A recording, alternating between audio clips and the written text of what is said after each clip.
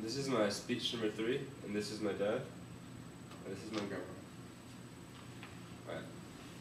The Salvation Army started in 1865 when a man named William Booth and his wife Catherine Booth, who had abandoned the conventional concept of church and instead began preaching on the streets of England, creating the Christian mission.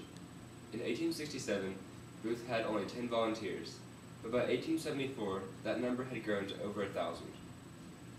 The group later acquired the name Salvation Army in 1878 because Booth had reorganized the mission along military lines when his son refused to be called a volunteer. He suggested that he was to be considered a regular or nothing at all.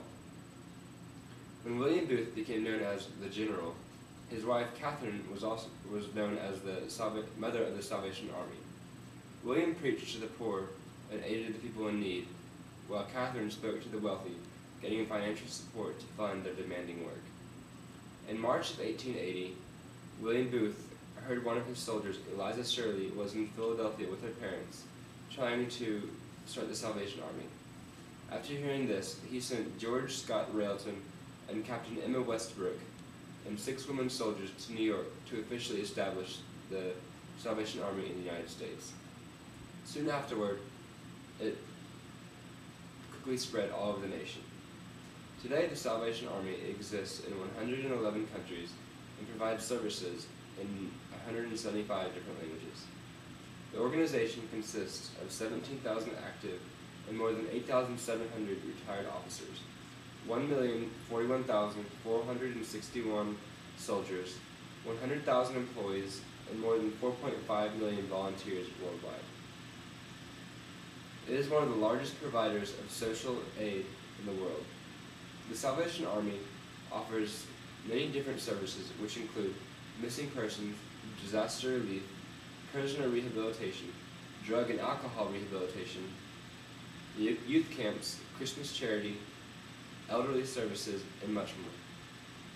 The Salvation Army is a prominent non-governmental agency, which is usually the first to respond after a natural or man-made disaster. For decades, they have worked to help people rebuild their lives from large-scale disasters affecting millions of people to the simple reconstruction of a home. After Hurricane Katrina, the Salvation Army's immediate response consisted of 178 canteen feeding units, 11 field kitchens, which together have served over 5.7 million hot meals, and 8.3 million sandwiches, snacks, and drinks. In addition to providing the meals, the Army's Saturn Network, which is a group of amateur ham radio operators, helped to locate more than 25,000 survivors and provided counseling for over 277,000 people. The Salvation Army contributed over 900,000 hours of voluntary services during the time after Katrina. When William Booth created this organization back in 1865, it was only a dream. He had no idea that it would grow to become what it has today. You can help to contribute to Booth's dream by donating money, furniture, clothes, toys for children, and much more. There are drop-off locations all over the world.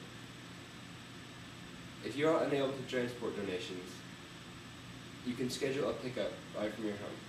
To do this, simply open your web browser and go to the website www.salvationarmyusa.org. Scroll down to the bottom of the page and you will see many ways in which you can donate. Or you can call 1-800-SAL-ARMY. You can also volunteer for a variety of things, as I mentioned earlier.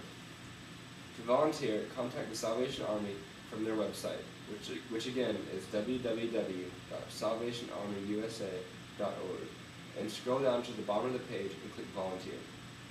Over 150 years after it began, the Salvation Army has grown from being a group of men and women preaching on the streets of England to a worldwide organization helping millions of people in need. Help keep William Booth's dream alive by donating or volunteering.